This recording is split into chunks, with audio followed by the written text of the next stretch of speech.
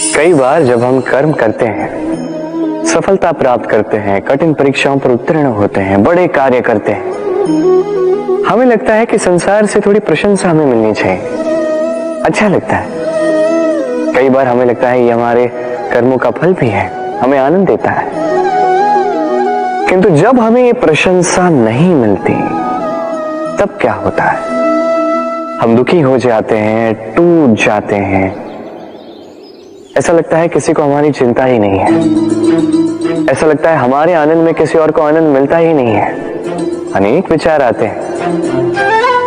किंतु मैं आपसे एक प्रश्न पूछता हूं, अब जो भी कार्य करते हैं, जो भी कर्म करते हैं, क्या केवल प्रशंसा के लिए करते हैं? यदि ऐसा है तो इस विचार को यहीं त्याग दीजिए, क्योंकि ये प्रकृति ये हमें कुछ और सिखाती है।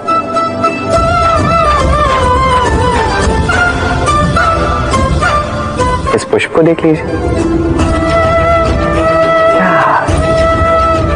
ये सुगंध जो पुष्प देता है, ये जैसे मेरे मन को उल्लासित कर देती है, जैसे मेरे मन में ऊर्जा सी भर देती है ये सुगंध।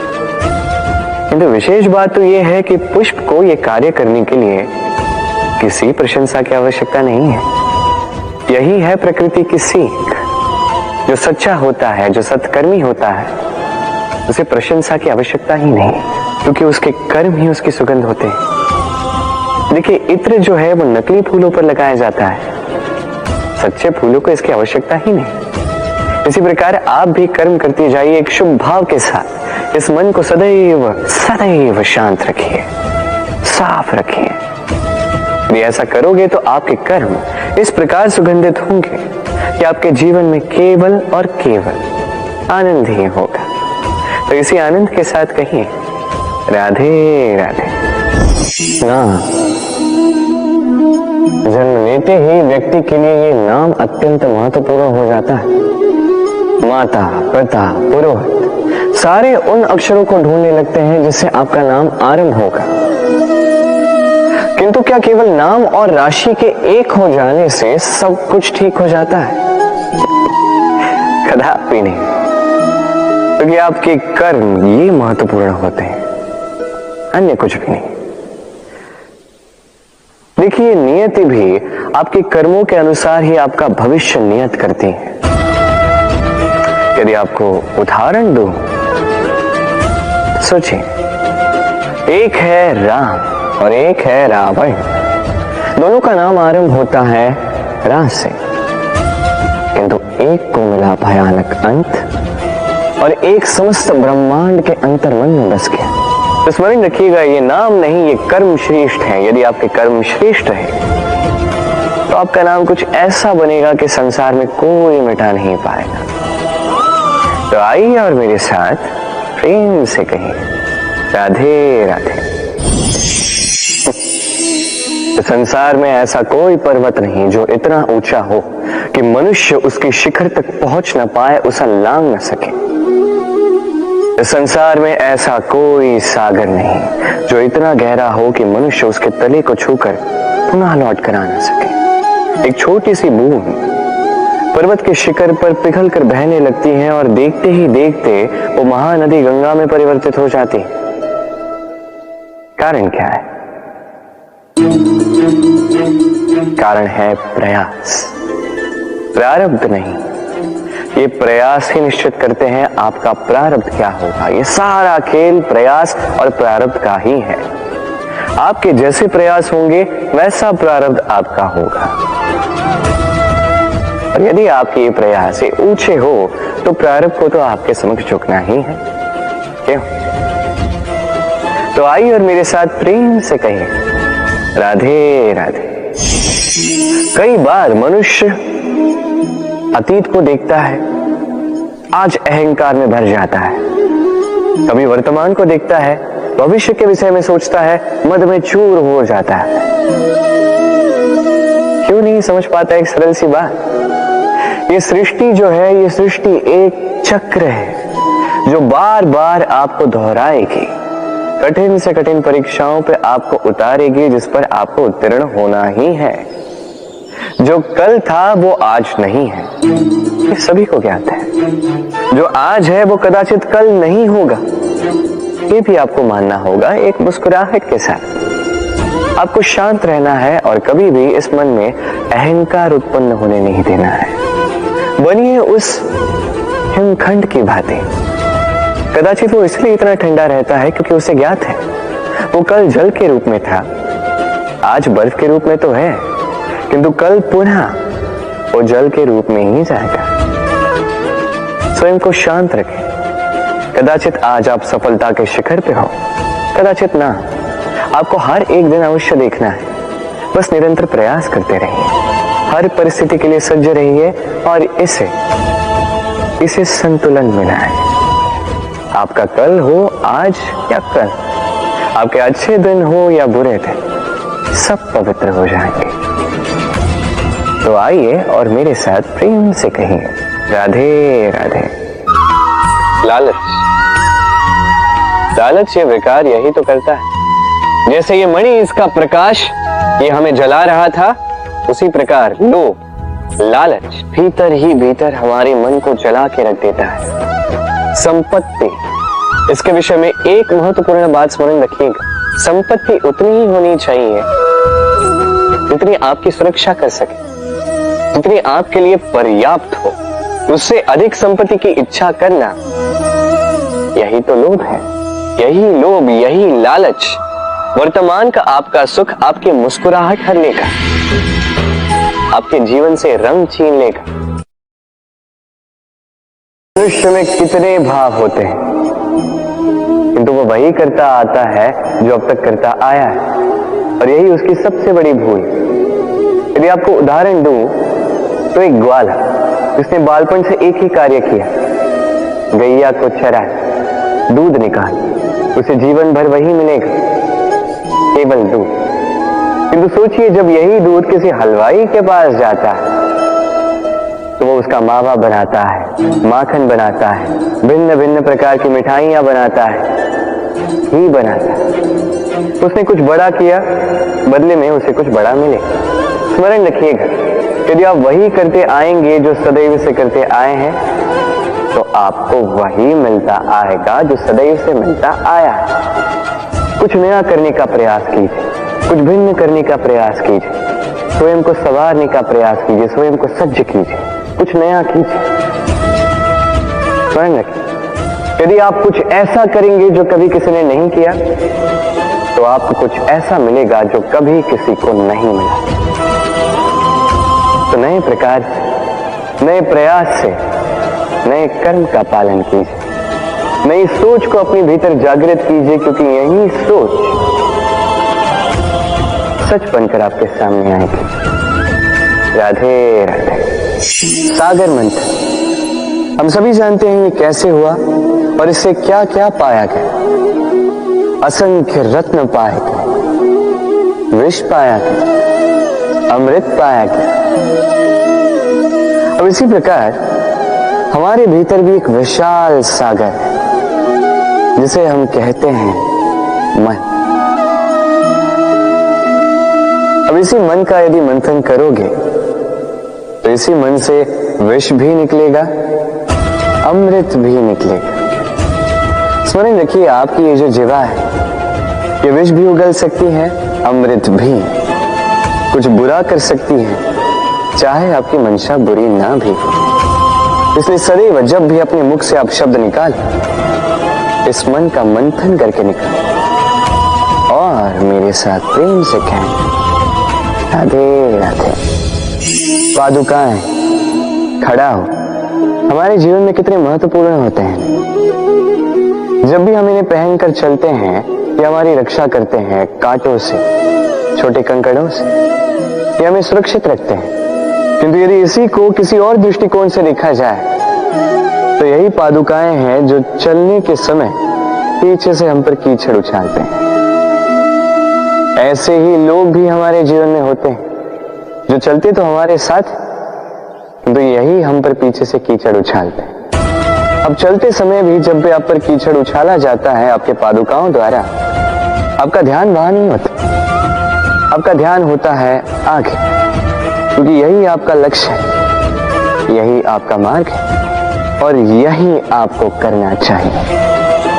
स्मरण रखिए, आपका पांव पकड़ के खींचने वाले वही हो सकते हैं जो आपके पीछे होते हैं और आपका ध्यान वहां नहीं है। सदैव आगे अपने लक्ष्य पे होना चाहिए। सदैव अपने लक्ष्य पे ध्यान केंद्रित कीजिए। सदैव जीवन में आगे बढ़ते रहिए।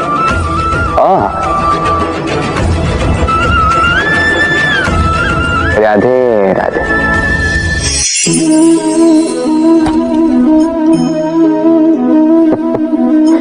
क्या आपने कभी किसी वृक्ष पर पत्थर फेंके हैं? आज नहीं तो बालपन में कहीं कभी न कभी तो फेंके ही होंगे। आज भी बालक यही करते हैं। किंतु क्या कभी आपने सोचा है कि क्यों उन्हीं वृक्षों पर पत्थर फेंके जाते हैं जिन पर फल लगते हैं? कोई साधारण या फलहीन वृक्ष हो तो उस पर इतने पत्थर नहीं फेंके जाते। कारण सरल है, हमें खाने होते हैं फल। अब उन्हें प्राप्त करने के लिए हम पत्थरों को फेंक कर उन्हें प्राप्त करने का प्रयास करते हैं। अब दूसरी ओर वृक्ष जो है वो इन पत्थरों के रूप में विरोध को सहता रहता है, फिर भी वही बना रहता है जो सदैव से था। वही फल हमें देता रहता है जो सदैव से देता आया है और इसीलिए वो हमारे लिए मूल्यवान होता है। स्मरण रखिएगा, ऐसे ही जीवन में आपके कई लोग आएंगे या कदाचित अभी होंगे भी जो आपका विरोध करते हैं, जो आपके जीवन में संकट लाते हैं, आप पर आरोप लगाते हैं, किंतु आपका ध्यान वहां पर नहीं होना चाहिए। तो ये एक महत्वपूर्ण बात है जो आपको स्मरण रखनी है। उन्हीं वृक्षों पर पत्थर फेंके जाते हैं जिन पर फल लगते हैं, जो मूल्यवान होते हैं। राधे राधे। अब इसे देख रहे हैं? अब सोच रहे होंगे कि ये इतना कैसे उलझ गया। वो इसलिए क्योंकि मैं इस धागे को अच्छे से समेट कर नहीं रख पाया। फिर इसके दो छोर आपस में उलझे, उलझते गए, उलझते गए, उलझते गए और फिर देखिए एक ऐसी गुत्थी बन चुकी है कि मैं समझ नहीं पा रहा हूं कि इसे सुलझाऊं कैसे। स्मरण रखिएगा, इस लंबे धागे को यदि अच्छे से समेट कर नहीं रखोगे तो वो उलझ जाएगा। अब इसी प्रकार हमारे जीवन में होती है हमारी जीवा, हमारी वाणी। यदि इस लंबी जीवा को आप समेट कर नहीं रखोगे तो केवल कष्ट पाओगे। अपनी वाणी, इस पर नियंत्रण रखो, सदैव लाभ पाओगे। तो आइए मेरे साथ प्रेम से कहिए राधे राधे। इसे देख रहे हैं? आप तो जानते ही होंगे ये क्या है। ये बड़ी ही विचित्र वस्तु है। ये है कोयला। मैं इसे विचित्र इसलिए कह रहा हूं, सोच के देखिए, यदि ये गर्म हो और आप इसे पकड़ लो तो ये आपके हाथ जला देगा। यदि ये ठंडा हो और आप इसे पकड़ लो तो ये आपके हाथ पर कालिख लगा देगा। अर्थात कोई भी परिस्थिति हो, ये किसी भी रूप में हो, चाहे गर्म हो चाहे ठंडा हो, ये किसी न किसी रूप में आपको हानि अवश्य पहुंचाएगा। इसी प्रकार होते हैं बुरे लोग, बुरी संगत, कोयले की भांति। चाहे आप कुछ ना भी करें, चाहे कुछ भी हो, तभी यदि आपके समीप रहे तो किसी न किसी रूप में कहीं न कहीं से आपको हानि पहुंचेगी ही पहुंचेगी। इसलिए अपने जीवन में सदैव इस संगत का चयन सोच समझ कर कीजिए। मनुष्य बड़ा ही विचित्र प्राणी है। योजनाएं बनाता है, षड्यंत्र करता है, प्रयास करता है, किसी को पराजित करने का प्रयास करता है, सर्प को रस्सी समझकर हाथ में थामने का प्रयास करता है, किंतु एक बात समझ ही नहीं पाता, समय का ये सर्प ये हाथ में थमता ही नहीं और जो किया है वो पुनः लौट के आएगा आप ही के समक्ष। देखिए, इससे कोई अंतर नहीं पड़ता कि आप कुम्हार के पुत्र हो या कृष्ण के पुत्र हो। यदि आप अनुचित कर्म करोगे तो आपके साथ भी अनुचित ही होगा, अशुभ कर्म करोगे आपके साथ अशुभ ही होगा। कुरुवंश अत्यंत महान वंश था। कुरुवंश क्या हुआ उसके साथ? पूरा का पूरा वंश ढह गया। कारण उनका मंतव्य अशुभ था। वहीं 5 वनवासी पांडव महाभारत जीत गए। कारण उनका मंतव्य शुभ था। स्मरण रखिएगा, शुभ की अग्नि जलाओगे शुभ का ही तप पाओगे, अशुभ की अग्नि जलाओगे नरक में ही जलोगे। तो आइए और मेरे साथ प्रेम से कहिएगा, राधे राधे।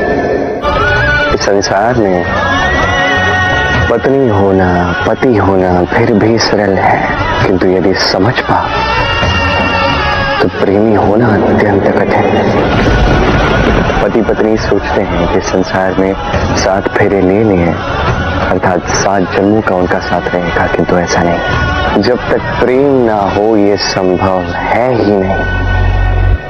हमारा ये प्रेम वो प्रेम है राधा जो इस संसार का आधार है। इसे नाम देना उचित है ही नहीं।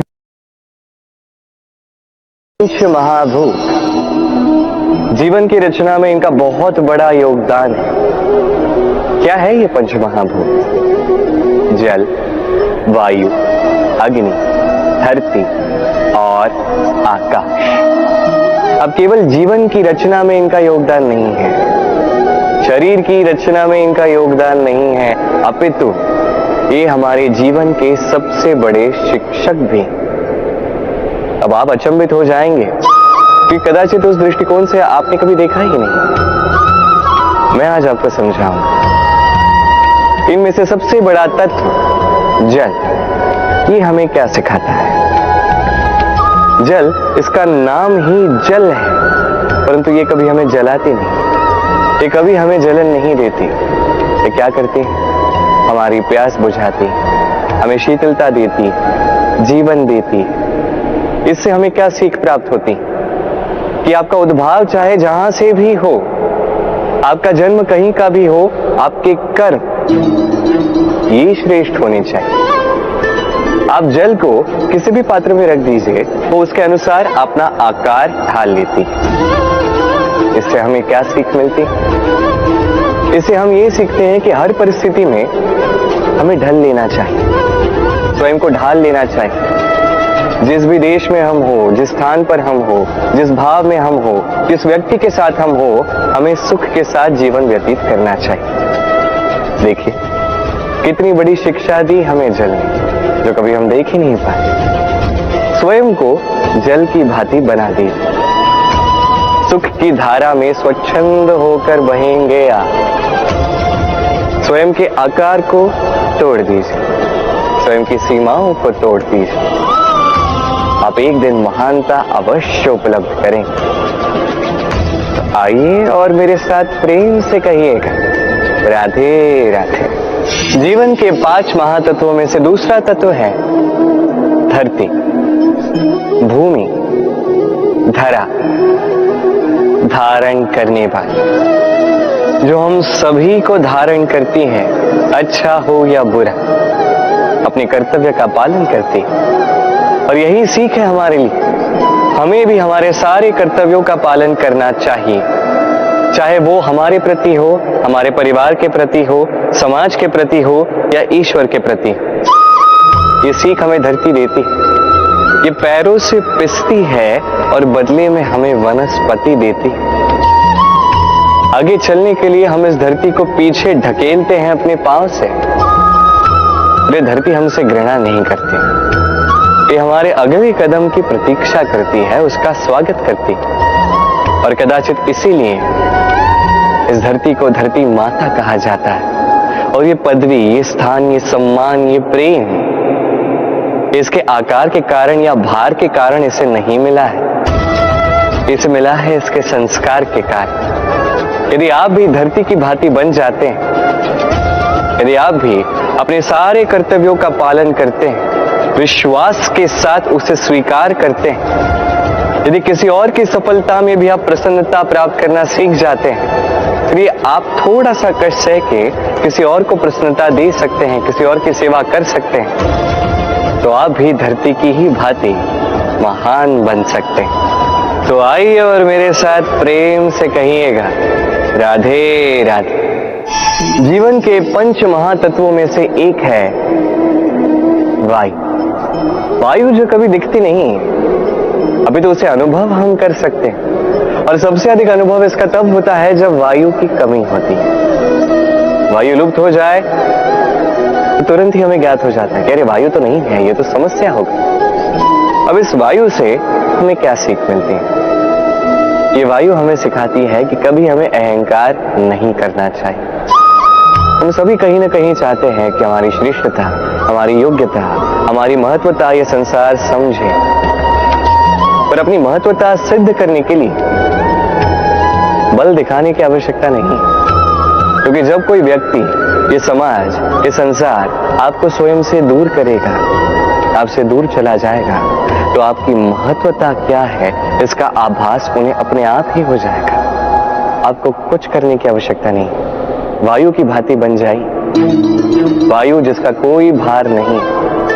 परंतु जब समय आता है, जब तूफान का ये रूप लेती है, तो बड़े से बड़ा विध्वंस मचा देती, और तब इसकी शक्ति की कोई तुलना नहीं। वायु जो अपने संचालन से पृथ्वी को प्राण देती, अपने परिवहन से ये मेघ लाती, इस धरा की प्यास बुझाती। वायु की भांति आप बन जाएंगे तो हल्के हो जाएंगे, ऊपर उठेंगे इस संसारिकता से, भौतिकता से, मोह माया से, और तब आपको आभास होगा कि प्रेम क्या है। तब आप जानेंगे कि देना ही जीवन है। तो आइए और मेरे साथ प्रेम से कहिएगा राधे राधे।